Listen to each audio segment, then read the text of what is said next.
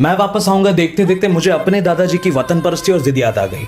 And today I am going to tell you a story कि कैसे उनकी जिद की वजह से I ended up meeting my childhood hero doctor APJ Abdul Kalam. So my grandfather was a freedom fighter. 1942 India में जब सेलफोन्स नहीं थे, खबरें बहुत लेट से पहुंचती थी, तब टनल्स में मेरे दादा और उनकी टीम 1942 क्विट इंडिया के पैम्फलेट्स बनाते थे और गांव-गांव जाकर डिस्ट्रीब्यूट करते थे। इंग्लिश रजीम के बहुत सारे रेलवे ट्रैक्स उखाड़ देते थे और उनकी वजह से उनको बहुत बार जेल भी हुई थी। और ऐसी बहुत सी कहानियाँ हैं जो जिनमें कभी मैंने इंटरेस्ट ही नहीं लिया। जनरेशन गैप की आड़ में मैं मुंह छुपाए घूमता था और पता नहीं दादाजी के साथ मेरा ऐसा कनेक्शन कभी था नहीं। In 2003, my sister got an award from Dr. APJ Abdul Kalam for a Shankars International Painting Competition. 2003 Delhi में उसी ऑडिटोरियम में था and I was so jealous. I was in 5th standard, he is my hero. मुझे उनसे मिलना चाहिए, मेरी बहन क्यों मिल रही है उनसे? A stupid jealousy of a 5th standard kid. And then सालों बीत गए, 12 साल बीत गए और फिर एक दिन पापा को एक कॉल आता है from the president's house that your grandfather is chosen for at home ceremony and he will be felicitated by president himself. और मेरे पापा मुझे बोलते हैं कि उनको जाना चाहिए actually as a guardian, but he says to me that तुम्हें जाना है। मैं बोला क्यों? मेरा उनसे इतना नहीं है कनेक्शन तो बोलते हैं कि तो तू नहीं कर पाएगा ना, सेम एज फिल्म में बोलते हैं ना रजत कपूर साहब कि तू नहीं कर पाएगा ना, ठीक है फिर जाने दो। एंड आई लाइक नो ठीक है करते हैं, जाते हैं। और हम चले दिल्ली, मैं और दादाजी। फर्स्ट ट्रिप वहाँ गए, वहाँ उनके फेलो फ्रीडम फाइटर्स से वो मिले। मैंने दादाजी को इतना खुश, इतना बोलते हुए जिंदगी में कभी नहीं देखा था। सारी बातें, सारे किस्से to the point, time date के साथ ही सब कुछ याद है। एंड देयर मेमोरी फिल्म में जैसे नसीब सर को एक एक एड्रेस याद होता है। नेक्स्ट डे फेलिसिटेशन सेरेमनी हुई, प्रेसिडेंट प्रणब मुखर्जी ने उनको फेलिसिटेट किया, Manmohan Singh ji, Narendra Modi, everyone. Function went great, we came home.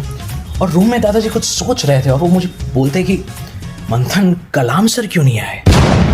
मुझे क्या पता, मुझे उससे मिलना है, कल चलते हैं। मैं बोला क्या यहाँ कल चलता है ना? मैं तो नहीं ऐसे नहीं मिलते कि मुझे मत बता क्या करना है मुझे। बंगलो नंबर 11 राजाजी मार्ग, मैं जा रहा हूँ, कल तुझे आना है तो आ। मेरी फटके हाथ में आ गई। आई somehow searched the number of Kalam सर's office and I called, तो उन्होंने बोला कि कलाम सर नहीं है, उनको मत लाना। दादाजी बोल रहे कि नहीं, वो लोग झूठ बोल रहे हैं, मेरे पास कोई ऑप्शन नहीं है। मैं गया, उनको लेके गया तो सिक्योरिटी गार्ड मुझे डांट रहे थे। मैं दिमाग है तो 91 ईयर ओल्ड ग्रैंडफादर को यहाँ ला रहा है, जबकि मैंने तुझे बोला कि कलाम सर नहीं है। मैं बोला कि मैं नहीं लाया है इनको, ये मुझे लाया है, ठीक है, और मैं फ्रीडम फाइटर नहीं हूँ, ये है। और उनको जब स्टोरी पता चली तो उन्होंने हमें अंदर बुलाया सिक्योरिटी कैबिन में, और तब दादाजी को तसल्ली हुई कि भाई कलाम सर एक्चुअली नहीं है, he is out of city, he is in Mumbai, we are in Delhi. तो उन्होंने बोला कि हाँ नाम नंबर अपना लिख लो और फिर कभी कुछ हुआ तो बताएंगे आपको। और हमें पता है कि ये एक्स प्रेसिडेंट ऑफ इंडिया, ये सब सेलिब्रिटीज़ लोग हमें थोड़ी कभी ये सब बोलेंगे, राइट? तो we got heart broken and we went back. लेकिन 10 महीने बाद कलाम सर की ऑफिस से मेरे पापा को कॉल आता है that we are coming to Gujarat, Saharanpur, coincidentally very near to my city, Bhavnagar, for a book launch. क्या आप आ सकते हो अपने दादाजी के साथ? I was like, मेरा सीधा फ्लैशबैक गया उस 2003 के ऑडिटोरियम में जब मैं डे ड्रीम कर रहा था कि मैं भी उस स्टेज पे और कलाम सर से मिल रहा हूँ। And I'm like, hell yes, of course. और हम गए सहारनपुर, हमें कमरे में बिठाया गया, हम 2 घंटे तक वेट किए और फिर अचानक से सिक्योरिटी आ गई, हलचल होने लगी। We were escorted to another room. जैसे ही दादाजी ने रूम में एंटर किया और मैंने भी एंटर किया, पीछे से मुझे किसी ने फटाक से खींचा। It was his PA। He said that you have exactly 7.5 minutes, we are already late for IIM Ahmedabad lecture, go.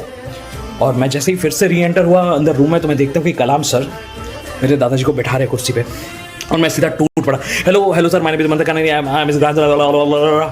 And Kalam said, wait, my dear boy. Did anyone tell you that we don't have time? Did he tell you? Yes. Don't listen to him. I'm all ears. Take whatever time you want, and I'll be here till you speak. And I'm like, what? Like, okay. We talked for 15 minutes. He cracked jokes, and I talked about my grandfather. He asked a lot of questions. He asked about me. What do you do? This, that, blah, blah, blah. And then we clicked photos, and these photos were clicked by his advisor, Mr. Srijan Pal Singh. Thank you so much. आपको पता नहीं है कि इन photos की क्या कीमत है अभी। It was my full circle moment. जो ड्रीम मैंने 2003 में देखा था वो भी कंप्लीट हो रहा है। But the story doesn't end here. Right after 20-25 days, we see the news that Kalam sir is giving a lecture in Guwahati and he passes away on stage. This is the photo of my grandfather seeing that news. You know, ऐसा लगा, I know it's very silly, but ऐसा लगा कि वो हमारा मिलना लिखा हुआ था. You know, वो हमें मिलने के लिए ही शायद जिंदा थे. और दादाजी का भी उनसे मिलना वो लिखा हुआ था, क्योंकि next year he also passed away. 5th standard में उस ऑडिटोरियम में बैठा हुआ बच्चा भी बोला होगा शायद कि मैं वापस आऊँगा आपसे मिलने. दादाजी भी जब दिल्ली आए थे और जब मिल नहीं पाए थे कलाम सर को, तब शायद उन्होंने भी सोचा होगा कि मैं वापस आऊँगा. कलाम सर जब गुवाहाटी में लेक्चर दे रहे थे, तब शायद उन्होंने भी सोचा होगा कि अपने आखिरी मोमेंट्स में कि मैं वापस आऊँगा. और जब मैं अपने दादाजी को गांव से शहर आखिरी बार ले जाने आया था, तब वो अपना कमरा देख रहे थे, आई रिमेंबर. तब शायद उन्होंने भी बोला होगा कि मैं वापस आऊँगा. लेकिन कभी कभी हम वापस जा नहीं पाते हैं. चीज़ें छूट जाती है, लेकिन जो मोहब्बत होती है ना, वो वहीं रह जाती है. और मैं आज भी कभी गांव जाता हूँ ना, तो मुझे मेरे दादाजी वहीं मिलते हैं, उसी कमरे में. हम चाहे अपने घर से कहीं भी दुनिया में कहीं भी चले जाए दूर, लेकिन हमारा दिल वहीं रहता है. और चुपके से हमें धीरे धीरे कहता रहता है कि मैं वापस आऊँगा. Thank you so much, sir, for making this film.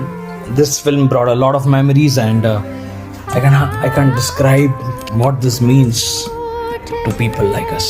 Thank you so much.